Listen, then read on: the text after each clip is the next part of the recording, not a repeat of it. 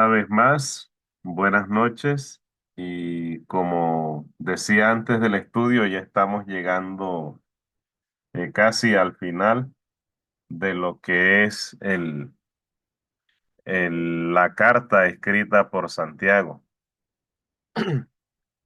Hoy vamos a entrar al versículo 17 que dice, Elías era hombre sujeto a pasiones semejantes a las nuestras y oró fervientemente para que no lloviese y no llovió sobre la tierra por 3 años y 6 meses.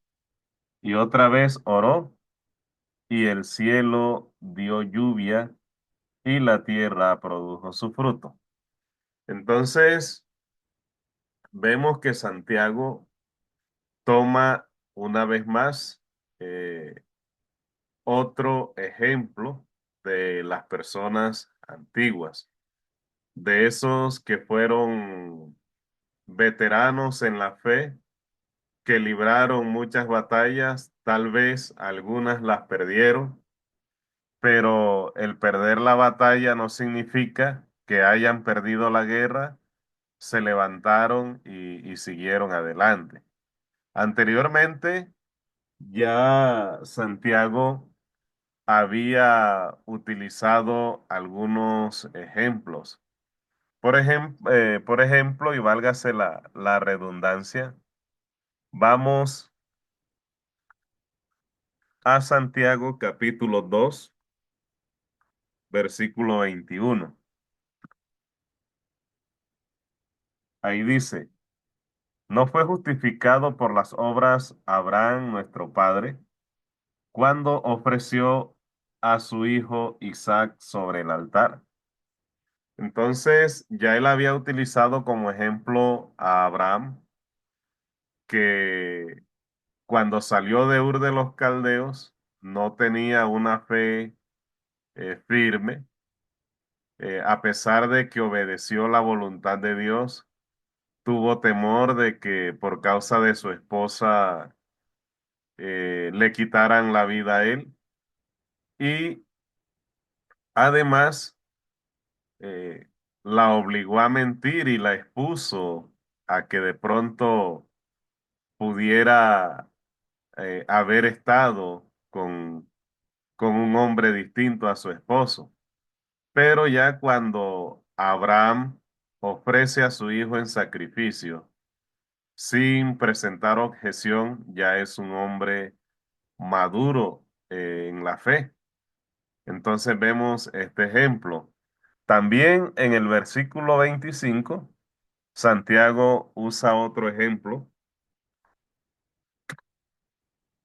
En el versículo 25 dice, asimismo también Rahab, la ramera, no fue justificada por las obras cuando recibió a los mensajeros y los envió por otro camino. Y yo siempre que hablo de este tema, yo digo que los espías hicieron las veces de unos evangelizadores para ella, porque Dios conocía su fe y ya Dios tenía decidido que iba a destruir el lugar, que iba a matar a todos los que habitaban en esa ciudad, pero él sabía que allí había alguien que tenía fe y que podía someterse a su voluntad. Y fue tanto así que esta mujer em, aparece como una de las participantes en la genealogía de Jesús. En la genealogía de Jesús aparecen tres mujeres extranjeras, una que se llama Tamara o Tamar, no recuerdo bien el nombre, que fue mujer de Judá, hijo de Jacob. Aparece Rahab y aparece Ruth, la moabita.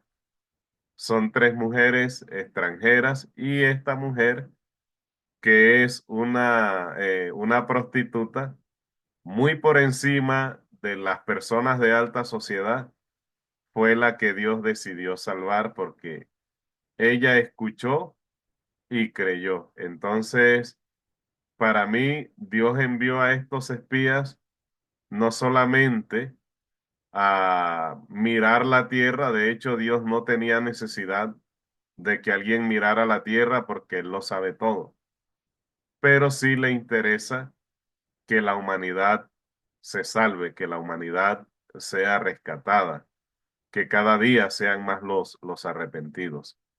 Entonces, menciona Santiago estos ejemplos.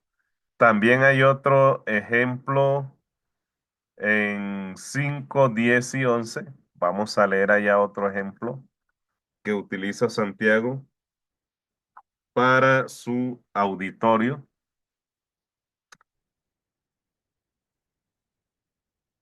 Dice, hermanos míos, tomad como ejemplo de aflicción y de paciencia a los profetas que hablaron en nombre del Señor. He aquí, tenemos por bienaventurados a los que sufren. Habéis oído de la paciencia de Job y habéis visto el del, el fin del Señor, que el Señor es muy misericordioso y compasivo. Entonces, aquí también utiliza a los profetas de antaño, de la antigüedad, como ejemplo de aflicción, porque en su gran mayoría a los profetas no les fue bien en el mensaje. Hoy en día, en el mensaje que fueron enviados a llevar. Por ejemplo, cuando Jeremías le habló al pueblo de Israel, no se arrepintió ninguno. Y hoy en día, si nosotros vamos y predicamos el evangelio, nos rechazan, nos cierran la puerta o sencillamente nos insultan, lo que nosotros hacemos es desanimarnos. A Jeremías no se le arrepintió nadie, hermano. Nadie lo siguió. El mensaje de Jeremías sirvió después que Jeremías murió, porque cuando ocurrieron las cosas, cuando Jeremías anunció, nadie le creyó. Pero después dijeron, esto era lo que decía el profeta, y es ahí donde deciden arrepentirse y no seguir adorando a los ídolos. A Ezequiel lo burlaban, porque Ezequiel lo llamaba a un grupo y decían, Ezequiel, ven, cuéntanos qué es lo que va a pasar en el futuro. Y Ezequiel, como le contaba historias en forma de parábolas, les narraba historias con comparaciones que tenían su mensaje, pero en su momento no le creyeron, hermanos. Entonces, más bien lo burlaban y utilizaban las historias como forma de entretenimiento. No era el propósito de Ezequiel entretener con sus historias, como tampoco nosotros debemos predicar en este tiempo para entretener. A veces la gente espera que le contemos una historia, que le contemos un chiste en medio de la predicación, pero nosotros no enseñamos para entretener, enseñamos para edificar. Se puede hacer, yo no digo que no, pero que no se desvíe el propósito de la predicación. Entonces, bajo este orden de ideas, vemos los ejemplos usados.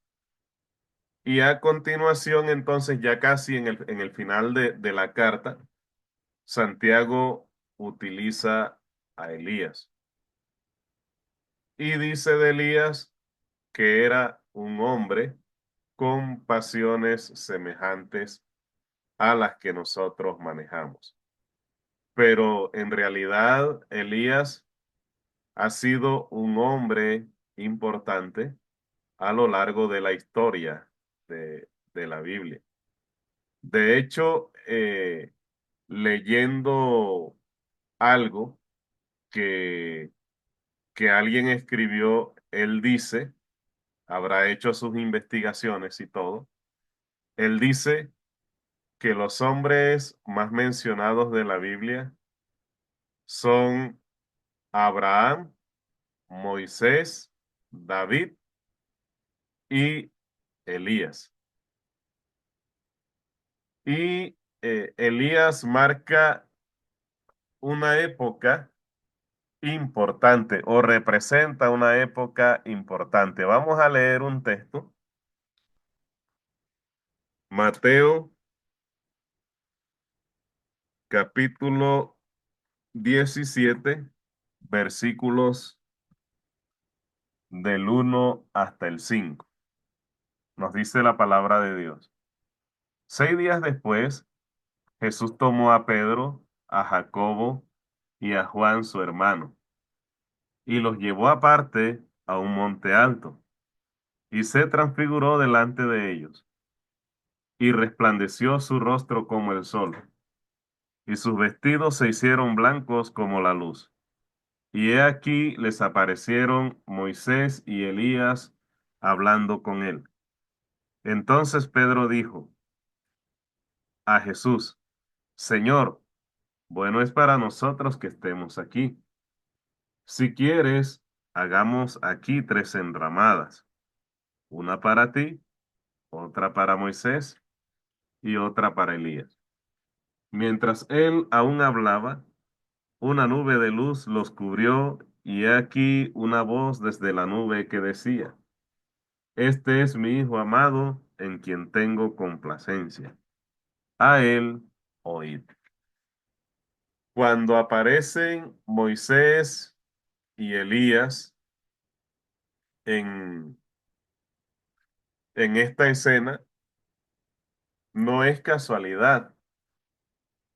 Allí hay 3 épocas de la Biblia, de la historia de la humanidad reunidas. Moisés, que es el precursor de la ley, el que promulgó la ley y la enseñó al pueblo de Israel. Esa ley fue de las manos de Dios a las manos de Moisés y de las manos de Moisés al pueblo. Y Elías es un representante de los profetas. Fíjese que no se escogió a otro, sino a Elías, para que estuviera allí con Jesús a raíz de sus hechos. Y Jesús que representa la gracia y por eso lo que se entiende al final en el versículo 5 es, ya no escuchen a la ley, ya la ley perdió su vigencia, ahora eh, no tenemos a los profetas, ahora tienen que escuchar a Jesús. Entonces, vemos en este pasaje la importancia que marcó Elías en todo este tiempo, incluso con enseñanzas de fe para nosotros. Pero a pesar de esto,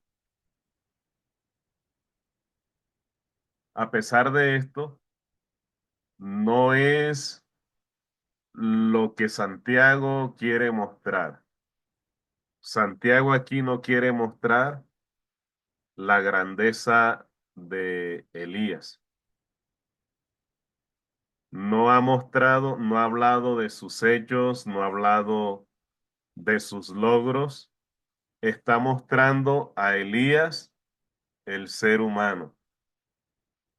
Elías, el que se equivoca, el que se deprime, el que de pronto sintió que estaba perdiendo la batalla.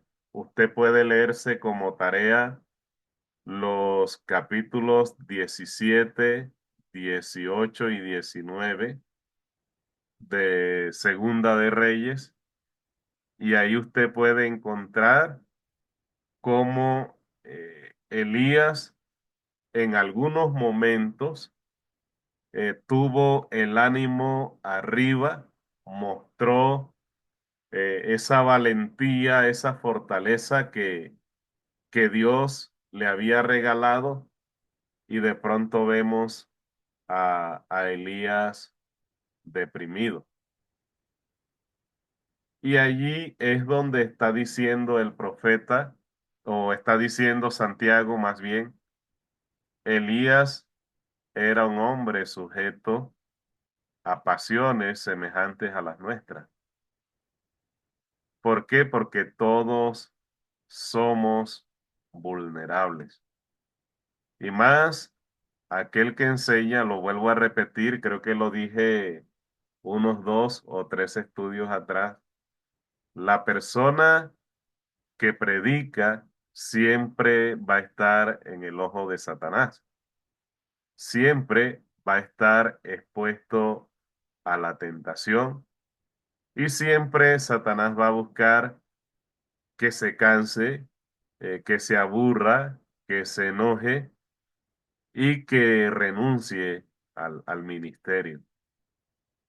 Y por eso nosotros necesitamos, así como nosotros velamos por el alma de la congregación, de cada uno de los miembros, así como hacemos una llamadita cuando no vienen para saber qué les ocurre, así como sacamos el tiempo y vamos a visitar, eh, a ver qué le sucede al hermano, en qué podemos ayudar. Así, la congregación en sus oraciones personales debe poner en esas peticiones que Dios cuide el alma de quienes los dirigen, porque somos vulnerables, no somos invencibles. Y de hecho, Primera de Corintios, cuando dice en el versículo 14, creo que es en el 14 o en el 12, no traía esto para hoy, pero ahí dice, el que cree estar firme, mire que no caiga, en el 14, porque el 13 dice, no nos ha sobrevenido ninguna tentación que no sea humana, pero poderoso es Dios, que no os dejará ser tentado o más allá de lo que podéis resistir. Pero luego dice, el que cree estar firme, mire que no caiga, porque el ser humano, por su naturaleza, muchas veces es traicionado por sus propios instintos, por su mente, por sus emociones. Y debemos estar constantemente en manos de Dios para que esto no suceda con nosotros. Y le sucedió a Elías. Vemos, por ejemplo, a Elías valientemente en una escena. El pueblo de Israel está en desobediencia desde el rey para abajo, porque Jezabel, esposa de Acab, tenía altares por todo Israel. Además de tener estos altares, tenía profetas que no eran de Dios. Tenía 850 profetas a su servicio, 400 de Baal y 450 de Acera.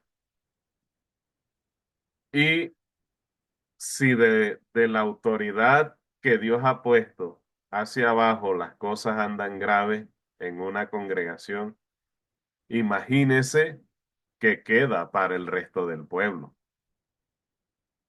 Entonces Elías valientemente le manda a decir a Acab, reúneme a esos 850 profetas, los 400 de Baal y los 450 de Acera.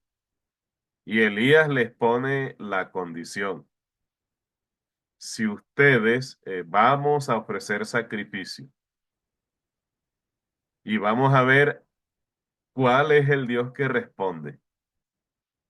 Si el Dios que es Jehová, el Todopoderoso, el Altísimo, o Baal o Acera. Vamos a ver quién va a responder aquí.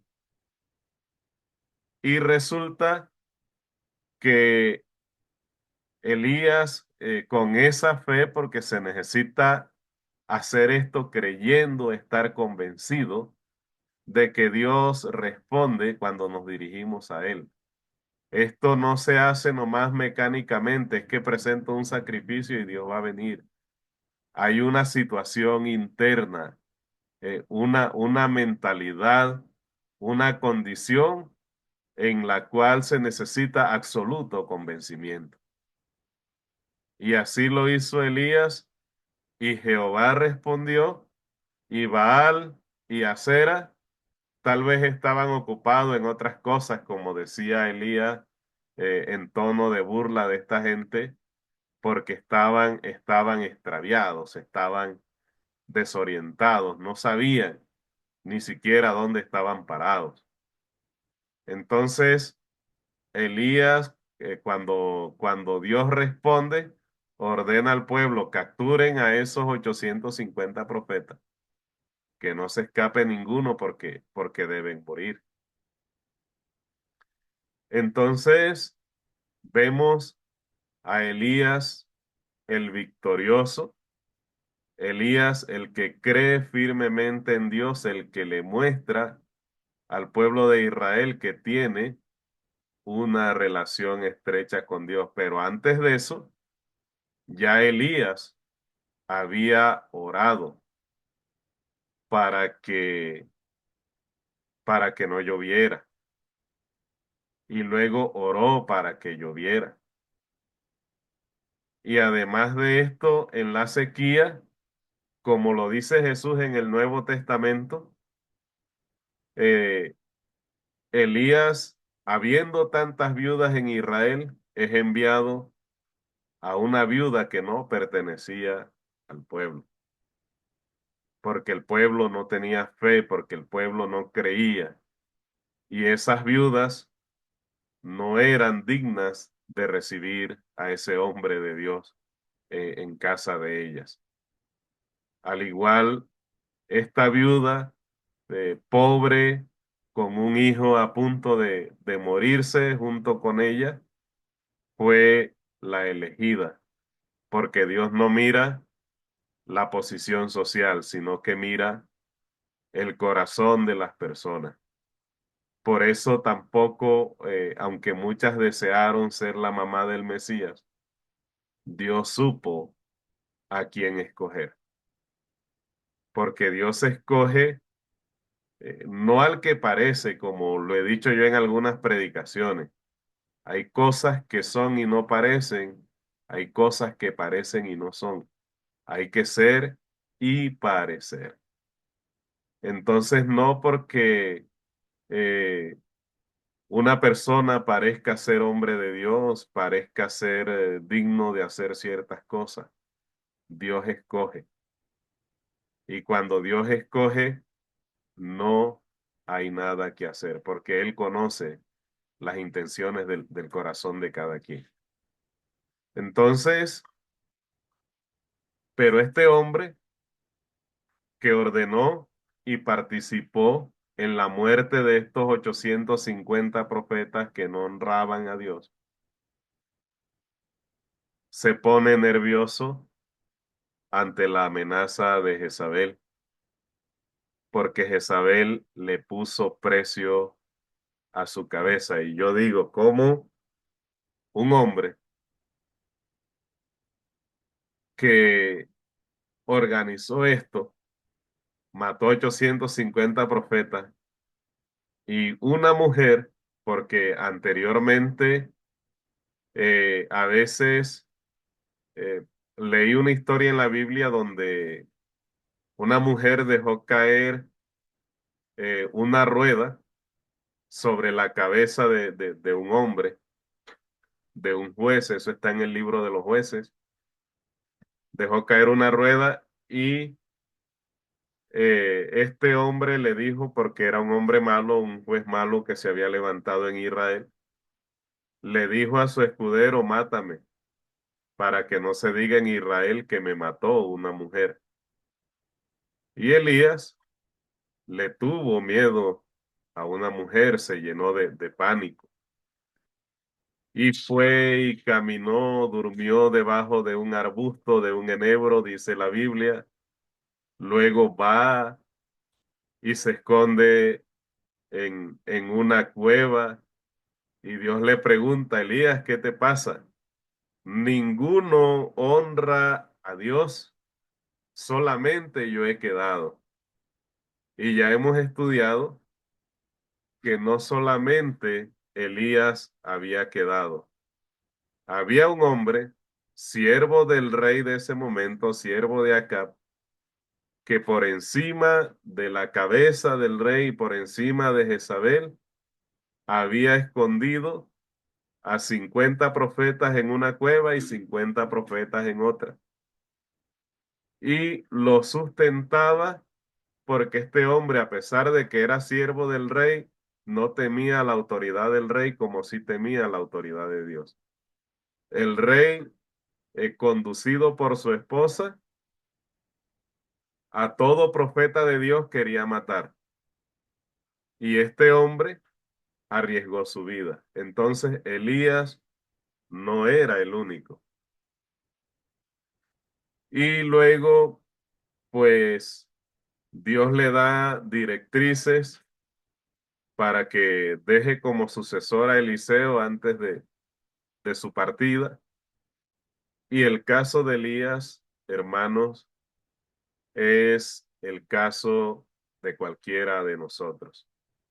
No sé cuántos de ustedes han tenido en su mente, bueno,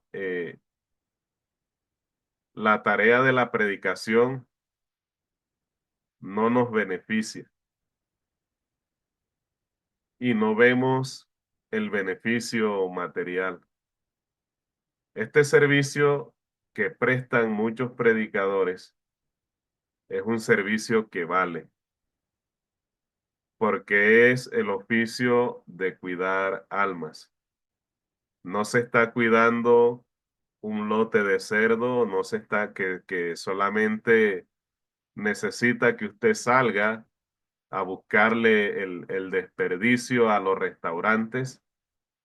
Eh, no es un lote de vacas, de ganado, que ustedes lo que solamente tienen es que llevarlo a donde está el pasto y a donde está el agua. Aquí se está edificando almas. Y el siervo, el predicador, el evangelista, el anciano, cualquiera que sea la función que esté desempeñando en la iglesia, está prestando una labor muy bonita porque es el que acoge a la oveja, la lleva en sus brazos, evita que se desvíe, le imparte consejos, agota hasta el último recurso para que no se pierda. Una pregunta, mis hermanos, ¿me están escuchando? Hola, Sí, hola. mire, Ah, Sí, sí, bueno. hermanito, sí le sí, escuchamos. sí se le escucha. Gracias. Es que me aparece aquí que tengo débil la conexión, por eso la pregunta. Pero en Entonces, un momento no se escuchaba. No, bueno, sí, fuerte y claro, fuerte y claro. bueno, prosigo. Entonces, nos, esta labor es una labor que no cualquiera se va a ocupar de esta labor. Y el verdadero predicador no le importa ser o no ser remunerado.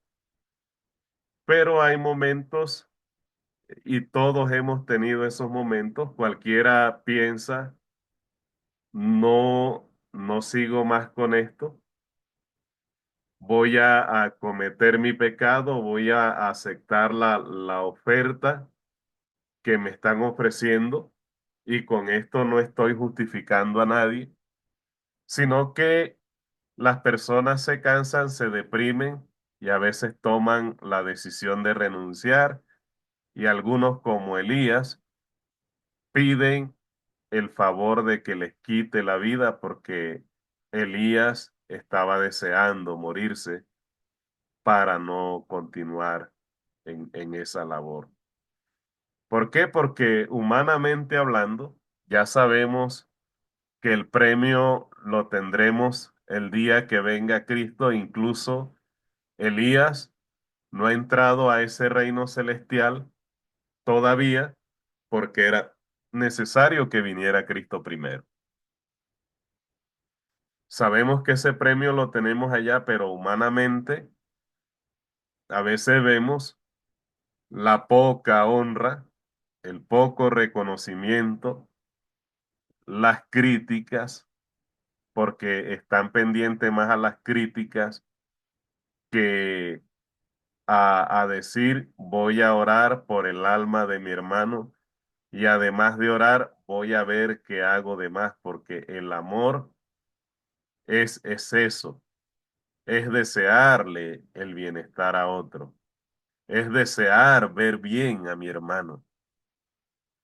Y eso no se consigue solamente con oración o solamente decirle, mi hermano, Dios te bendiga, deseo que te vaya bien, deseo que triunfes en todo lo que emprendas, sino qué puedo hacer yo para que mi hermano sea o no sea predicador, pueda alcanzar esas cosas.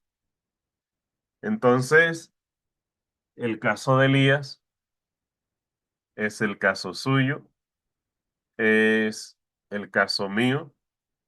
En algún tiempo yo también pensé en no regresar más, porque a veces nos cansamos de intentar, de luchar y ver que las cosas no cambian. Pero lo bueno de todo esto es que a pesar de ser Elías, como dice allí, sujeto a pasiones semejantes a las nuestras, mire todos los logros que obtuvo Elías solamente por tener una buena relación con Dios o una excelente relación con Dios. Porque no era Elías el que lo estaba haciendo, era el poder de Dios trabajando en la vida de Elías. Era Elías siendo un instrumento de Dios para hacer sus logros. ¿Esto qué quiere decir? Que a pesar de nuestros defectos, a pesar de nuestros desánimos, a pesar de, de cualquier debilidad que usted y yo podamos tener, Dios nos usa para hacer las cosas, para poner todo a su favor y poder cumplir su objetivo. Pero para esto, hermanos, usted no necesita ser perfecto. Nadie lo es, pero sí necesita estar dispuesto a dejarse guiar por la voluntad de Dios, como sucedió con Elías. Los logros de Elías no se consiguieron porque tal vez él fuera el más intelectual o tuviera una alta posición o tuviera una reputación sin tacha, porque hoy en día hasta eso es dudoso en las personas. A veces creemos que porque las personas están ocupando un alto cargo y la sociedad los llama altos dignatarios, creemos que están bien delante de la voluntad de Dios, delante de la presencia de Dios.